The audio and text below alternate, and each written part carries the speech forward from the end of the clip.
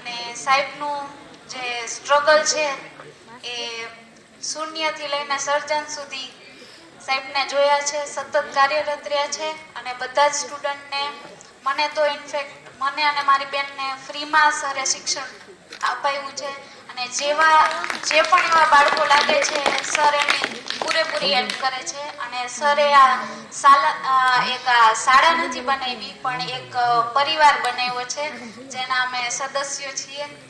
અને સરના વિચારો એટલા અદ્ભુત છે કે હજી આગળ મારા જેવા તો શું પણ ઘણા હીરા અહીંથી બહાર નીકળશે. અત્યારે હું સ્ટાફ નર્સ છું, એના માટે હું સરની ખૂબ ખૂબ આભારી છું.